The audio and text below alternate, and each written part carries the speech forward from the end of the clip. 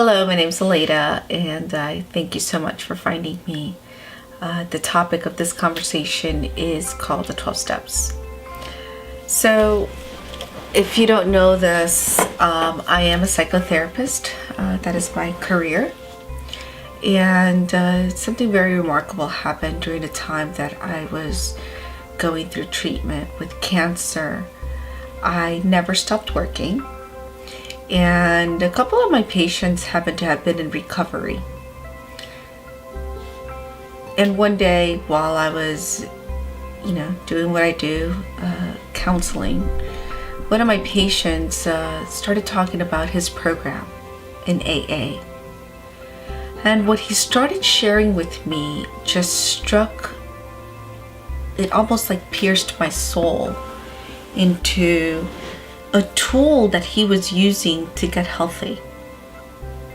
And at the time, I think he was having issues with his sponsor, so I decided to walk over to my bookshelf and open up the book and read what exactly was these 12 steps. I mean, as a psychotherapist, I've always known about it, and knew it was a great program, and knew that there was great recovery. However, the day I read them, I was taken back how it could work for me.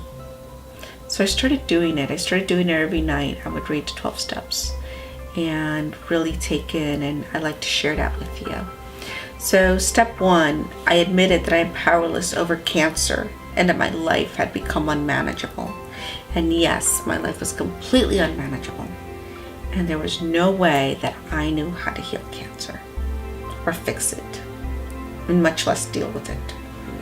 Step 2, I came to believe that a power greater than myself could restore me to health and serenity. And that's acknowledging that maybe God can help me. Step 3, I made a decision to turn my will and my life over to the care of God. That was a very powerful step.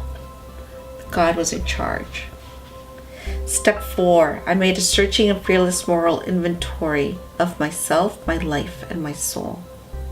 And I love this because this was about exploring my life and who I am and the diseased mindset that I had. Step 5, I admitted to God, to myself, and another human being the exact nature of my fears. Step 6, I love step 6. I am entirely ready to have God remove all of this cancer and fear. And that was powerful because I really had to explore, was I ready to let it go? Because one thing that happens for survivors, there's survivor guilt. Was I really ready to be cured? Step 7, I humbly asked him to remove my shortcomings, such as cancer and fear and controlling and so many other character defects that I had or have. Step 8, I made a list of all the persons I had harmed and became willing to make amends with them. So this is about preparing myself to seek forgiveness. Step 9, I made direct amends to such people whenever possible, except when doing so would harm them. Step 11, I continue to take personal inventory, and when I am wrong, I promptly admit it. So this is step 10, was like literally keeping me grounded and in the present.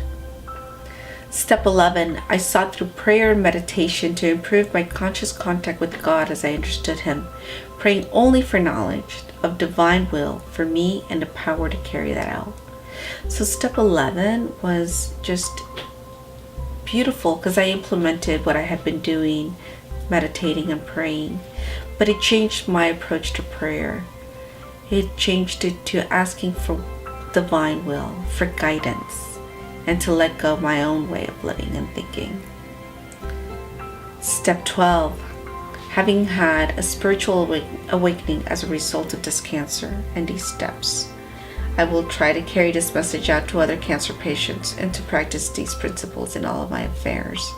So here, step 12 concludes with what I began with, which was a spiritual awakening. I ask you to surrender your cancer over to God. Just let it go.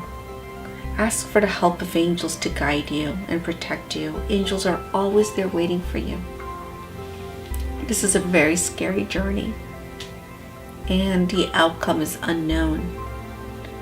So connecting to the divine can be a way to tapping into serenity as you're going through this journey. I love you, I thank you, and I hope this helps.